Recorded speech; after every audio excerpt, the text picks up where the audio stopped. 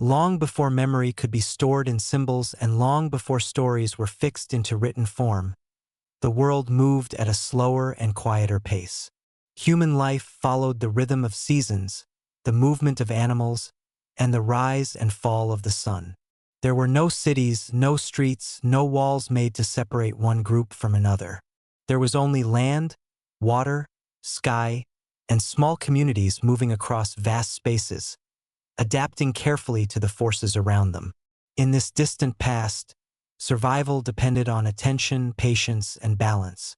Every change in weather mattered. Every river mattered. Every decision could shape whether a group endured or disappeared. Over thousands of years, humans learned how to read the land. They learned where plants returned after rain, where animals gathered, and where water remained during dry seasons. This knowledge was not written or recorded. It lived only in memory and was passed from one generation to the next through observation and shared experience. Life was uncertain, but it was also flexible. When the land could no longer provide, people moved on. When the seasons shifted, they adjusted.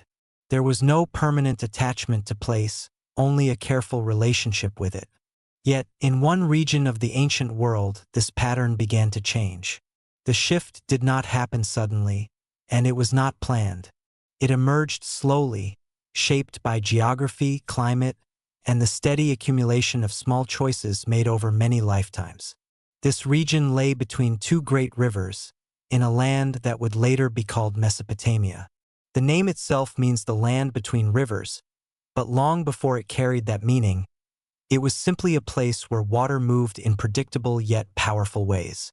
The rivers flowed from distant mountains, carrying with them rich soil.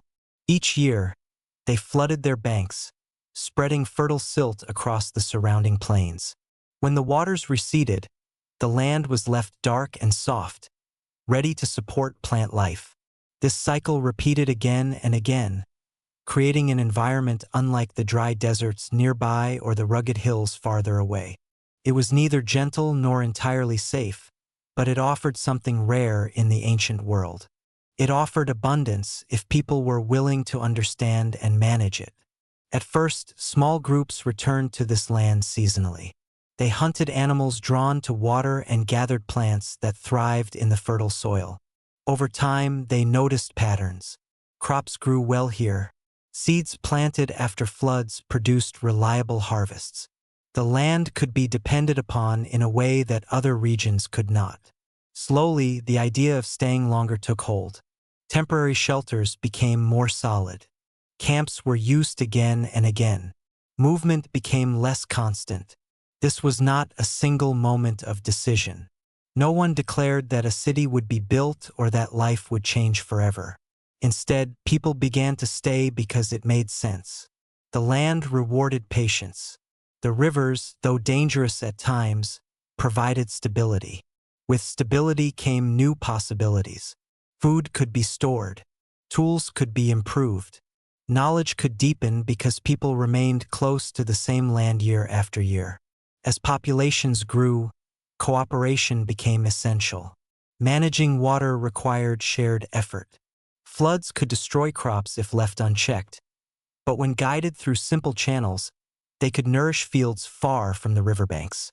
These early irrigation efforts were basic, but they marked a profound shift.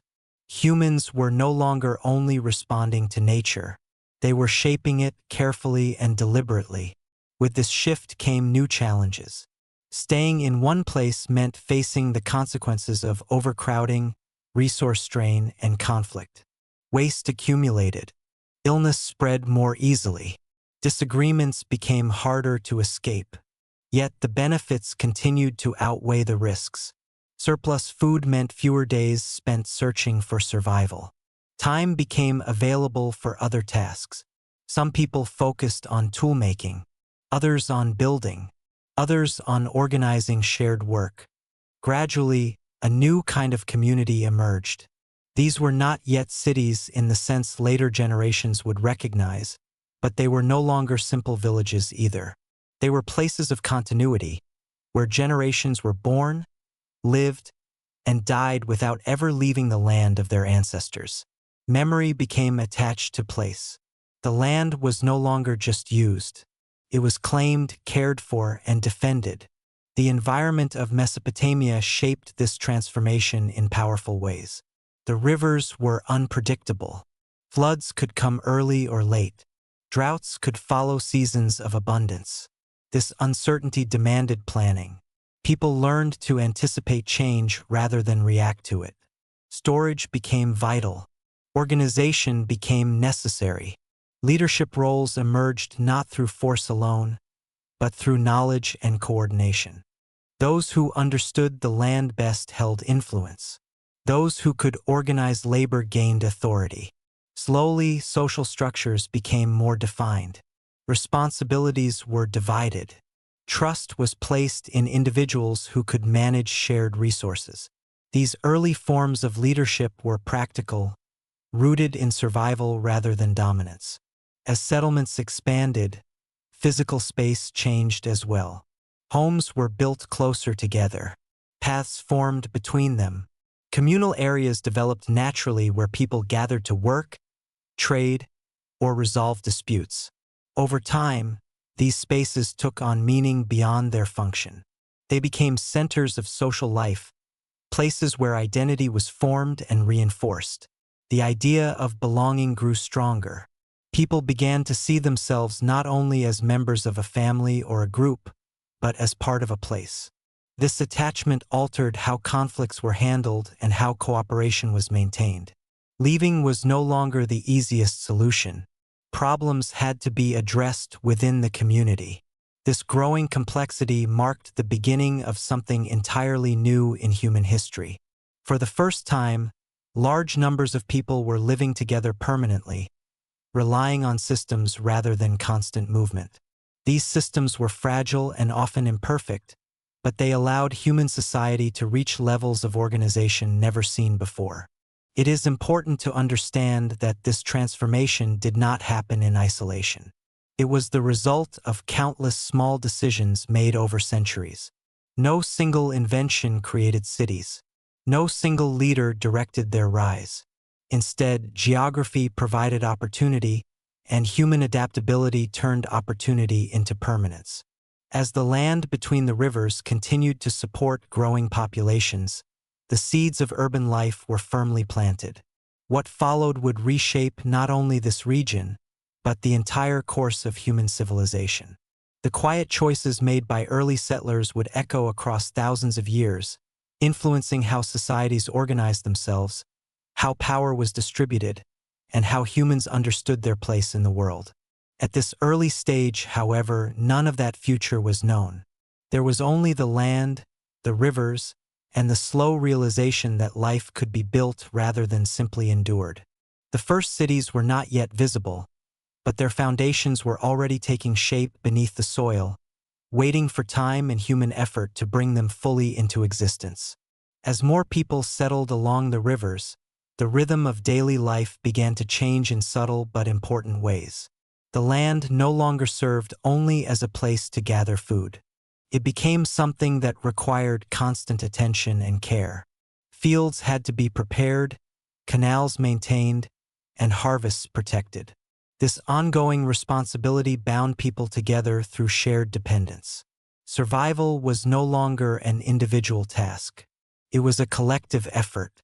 Over time, these growing settlements reached a size where informal cooperation was no longer enough. Tasks had to be coordinated. Decisions had to be made that affected everyone. When to open channels for water, how to divide land, how to store surplus grain, and how to respond to shortages all required agreement and leadership. These needs encouraged the formation of organized systems, even if they were simple and imperfect. The earliest cities did not appear as grand structures rising suddenly from the earth. They grew gradually, layer by layer, built upon the remains of earlier homes and paths. New buildings replaced old ones. Streets shifted as communities expanded. The city became a living space shaped by use rather than design. Over generations, these layers accumulated, creating dense centers of human activity unlike anything that had existed before. One of the most important developments during this time was the management of water. Irrigation channels extended farther from the rivers, bringing fertile soil into wider use. This allowed food production to increase beyond what small communities required. Surplus grain could be stored for dry seasons or traded with neighboring groups. The ability to produce more than was immediately needed changed the balance of life. It reduced constant uncertainty and allowed people to think beyond daily survival. With surplus came specialization. Not everyone needed to farm. Some individuals focused on making tools, pottery, or textiles. Others became builders, organizing materials and labor to construct stronger homes and communal structures. This division of labor made communities more efficient but also more interdependent. Each role relied on the others to function. Trade began to connect these early cities to distant regions. Mesopotamia lacked certain resources such as stone, metal, and timber. To obtain them, communities exchanged surplus goods like grain, wool, and crafted items. Trade routes formed along rivers and across open land, linking settlements together. Along with goods, ideas traveled as well. Techniques, beliefs, and customs spread through contact, shaping cultures across wide areas. As cities grew, social differences became more visible. Those who controlled storage, water, or trade gained influence. Wealth was no longer evenly distributed. Some families accumulated more resources than others. This created new tensions but also new forms of organization. Rules and customs developed to manage disputes and maintain order. These early systems were not written down yet, but they were enforced through shared understanding and authority. City life also brought new challenges. Dense populations increased the risk of disease. Conflicts arose more frequently over land, water, and resources. External threats became more serious, as successful cities attracted attention from rivals. In response, some settlements built walls for protection. These structures symbolized a new idea.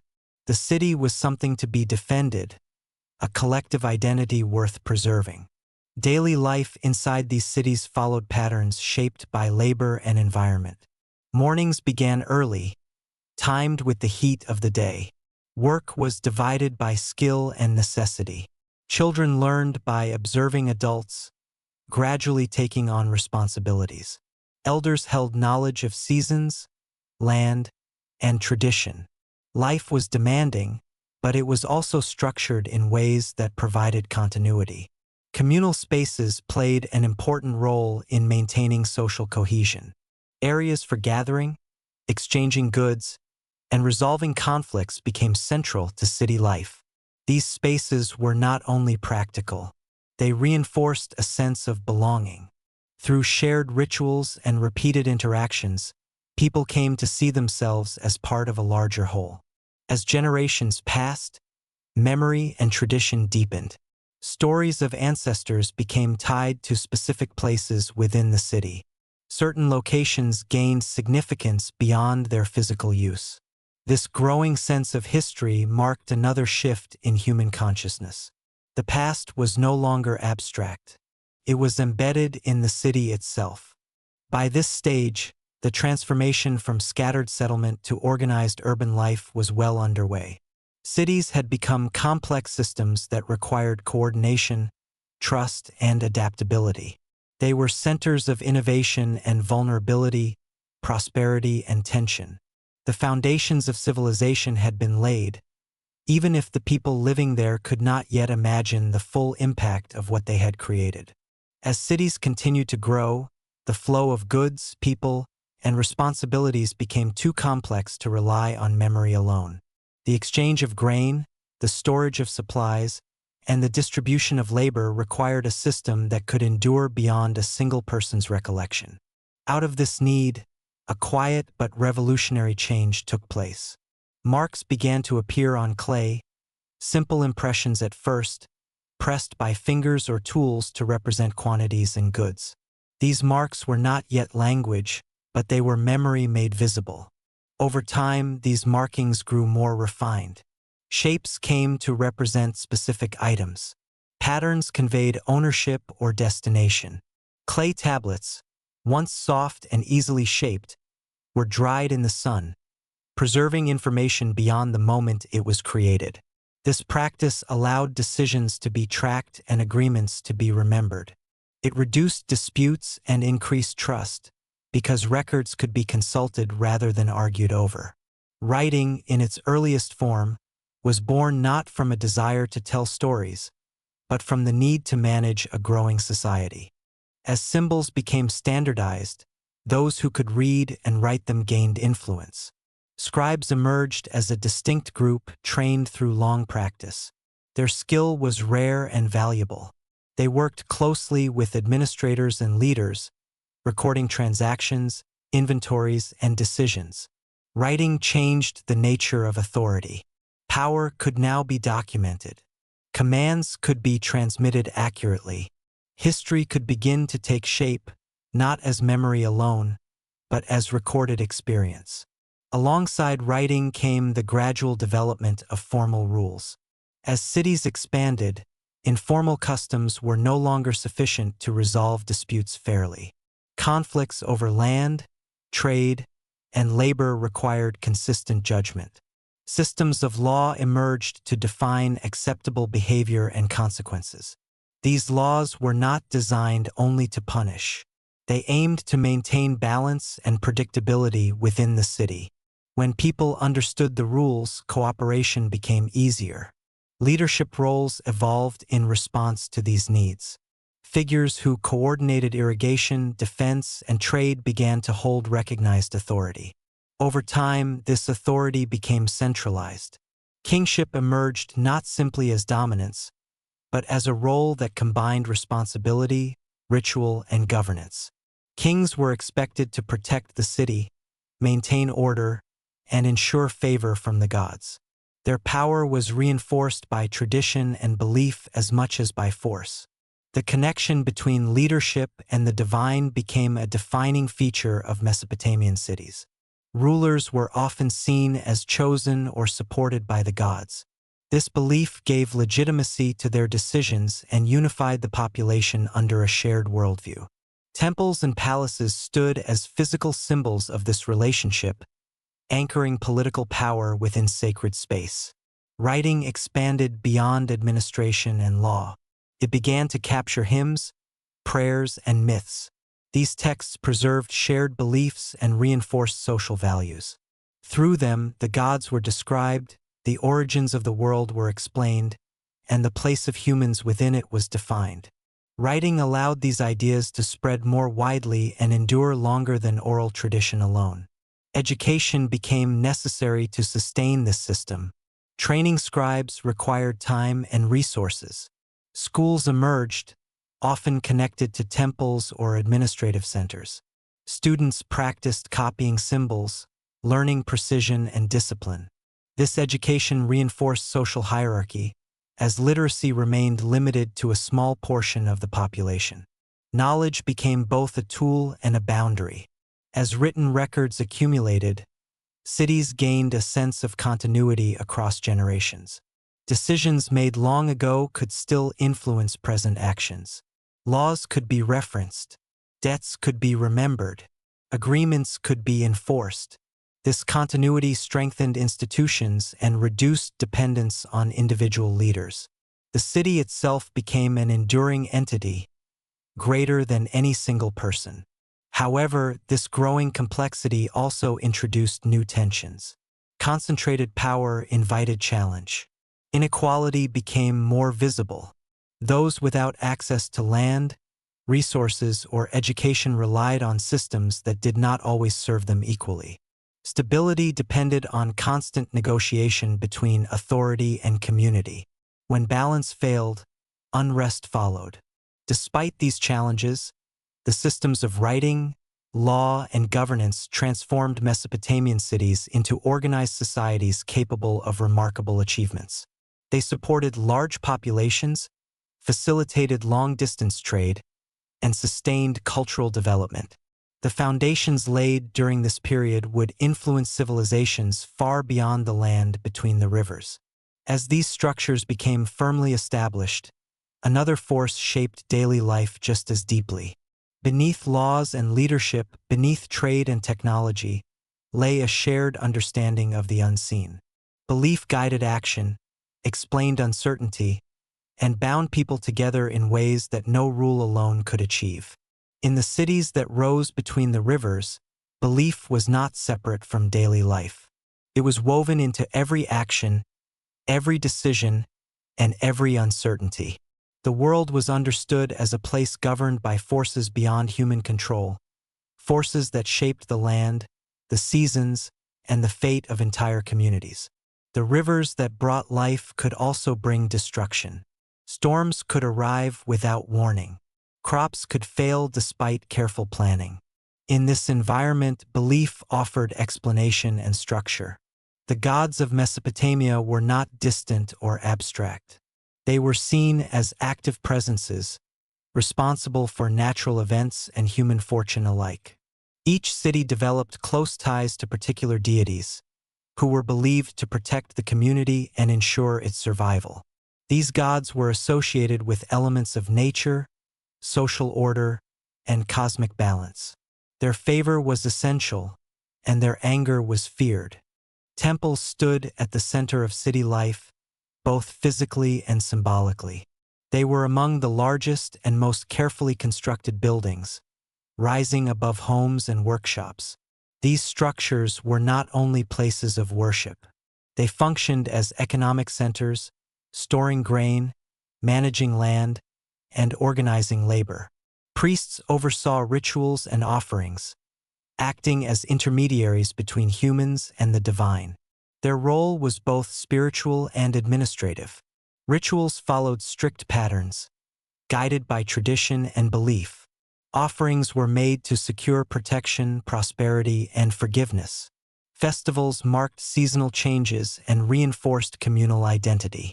Through repeated ceremonies, people affirmed their place within a larger cosmic order. These shared practices strengthened social bonds and provided reassurance in an uncertain world. Creation stories played a vital role in shaping how people understood existence. These stories described the origins of the world, the struggles among the gods, and the creation of humanity. Humans were often portrayed as servants of the gods, created to maintain order and perform labor on behalf of divine beings. This worldview reinforced social hierarchy and acceptance of authority, framing it as part of a universal design rather than a human invention. One recurring theme in Mesopotamian belief was the fragility of human life. Death was seen as inevitable and often final, with little promise of reward beyond this world. The afterlife was described as a shadowy existence, offering neither joy nor suffering. This perspective placed greater emphasis on life in the present and on maintaining favor with the gods while alive. Flood stories held particular significance in a land shaped by rivers. Tales of great floods described divine judgment and renewal, reflecting real experiences of destruction and recovery. These stories were passed down and recorded, preserving collective memory of disaster and survival. While similar stories appear in other cultures, their presence here reflects the deep impact of environmental forces on belief. Religion also influenced morality and behavior. Actions were judged not only by their effect on others, but by how they aligned with divine expectations. Misfortune could be interpreted as punishment for wrongdoing or neglect of ritual duties. This belief encouraged conformity and reinforced social norms, even in the absence of constant enforcement. Kings played a central role in religious life. They were often depicted as chosen by the gods, responsible for maintaining harmony between the divine and human worlds. Their legitimacy depended on their ability to perform rituals correctly, build temples, and protect the city. Failure in these duties could be seen as a sign of divine displeasure, weakening their authority. As belief systems became more elaborate, they were increasingly recorded in writing. Hymns, prayers, and myths were preserved on clay tablets, allowing them to endure across generations. This preservation gave religion a stable form, reducing variation and strengthening institutional control. Sacred knowledge became something that could be studied, transmitted, and regulated. Yet belief was not static. Interpretations shifted over time, influenced by political change, environmental stress, and cultural contact. New gods were adopted, old ones faded, rituals evolved. This adaptability allowed religion to remain relevant even as cities rose and fell. Through belief, Mesopotamian society found meaning in uncertainty and order in chaos. Religion explained why the world behaved as it did and offered a framework for responding to forces beyond human control. It shaped architecture, governance, and daily behavior, leaving a deep imprint on civilization. As these belief systems matured, they existed alongside growing economic networks and technological advances. Cities were not only spiritual centers. They were hubs of exchange, innovation, and competition, connected to a wider world that was becoming increasingly intertwined. As Mesopotamian cities grew in size and influence, their needs extended far beyond the fertile plains that surrounded them. The land between the rivers was rich in soil, but it lacked many essential materials. Stone for building, metals for tools and weapons, and timber for construction were scarce. To obtain these resources, cities reached outward, forming networks of trade that connected them to distant regions.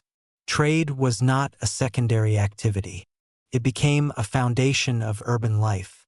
Merchants traveled along rivers and across open land, carrying grain, wool, textiles, and crafted goods in exchange for raw materials.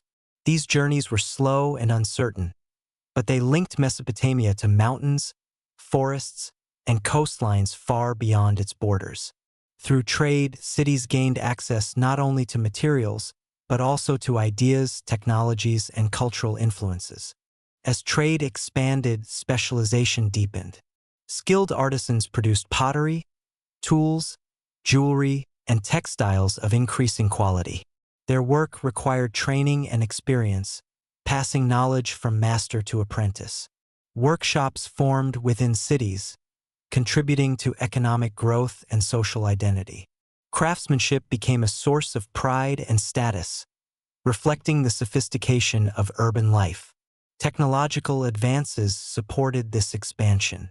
Improvements in transport, such as stronger boats and wheeled vehicles, allowed goods to move more efficiently. Advances in metallurgy improved tools and weapons, increasing productivity and altering the balance of power. Construction techniques evolved as builders learned to create larger, more durable structures using mud brick, bitumen, and carefully planned foundations. With prosperity came competition. Cities vied for control of trade routes, fertile land, and water sources. Conflict became a recurring feature of the landscape. Warfare in this period was often limited in scale, but its consequences were significant. Victories could secure resources and influence.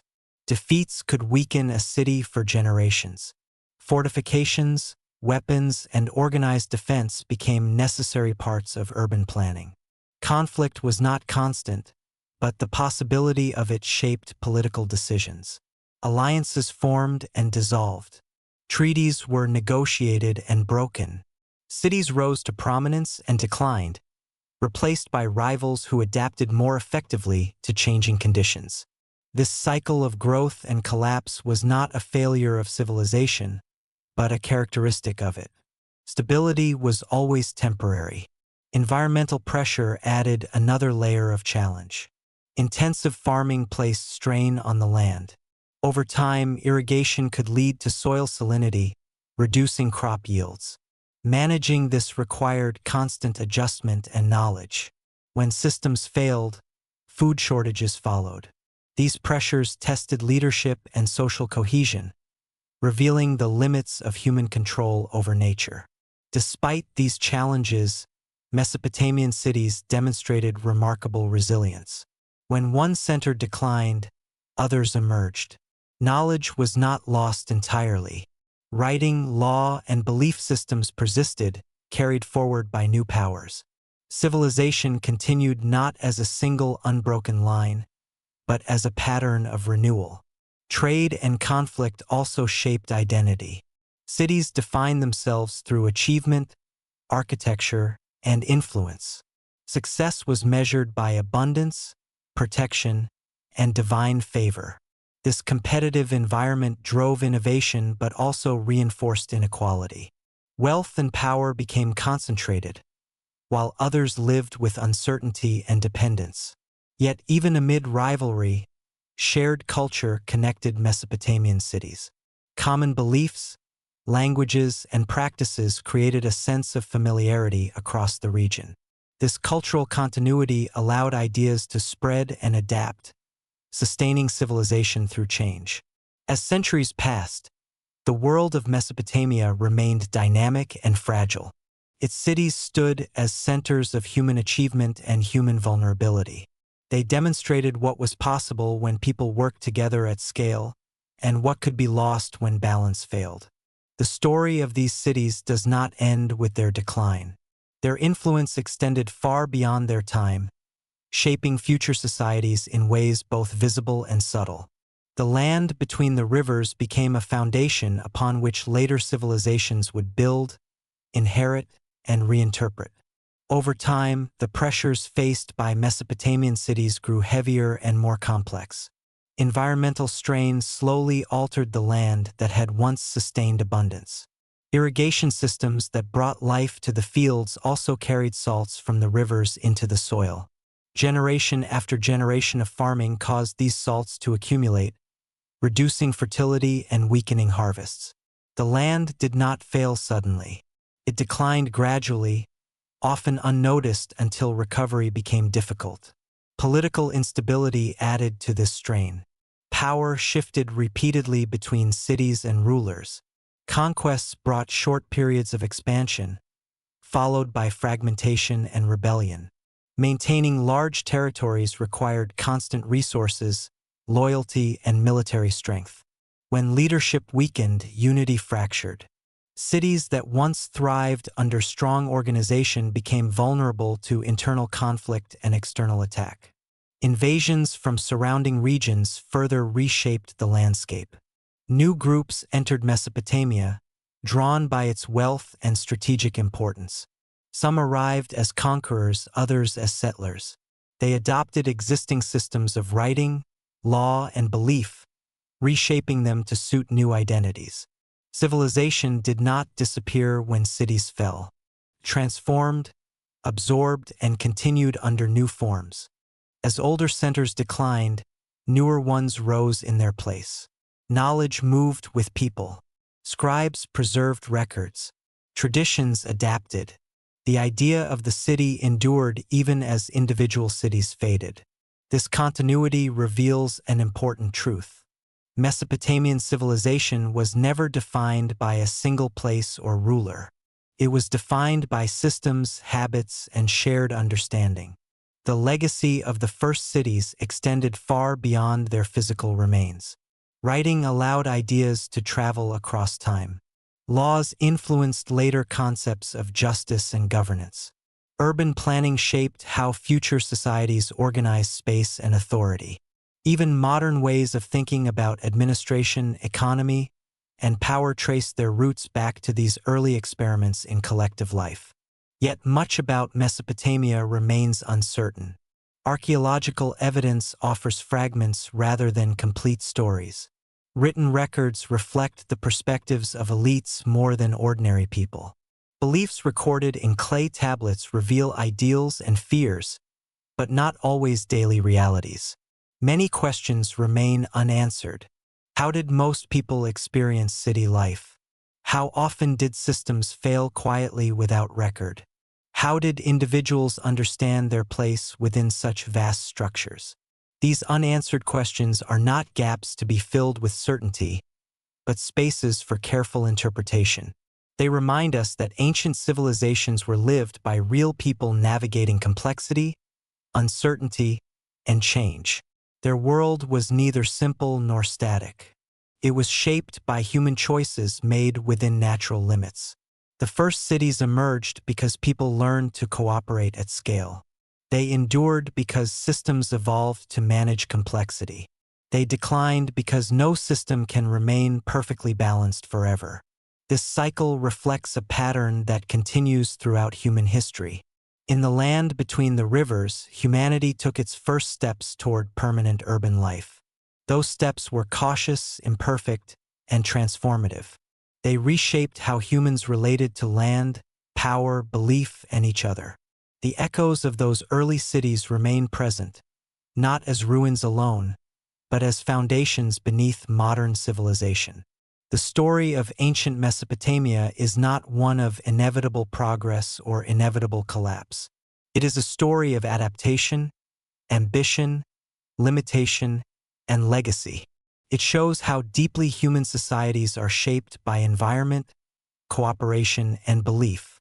And it reveals that even the earliest cities were already reflections of the complex world humans continue to build today.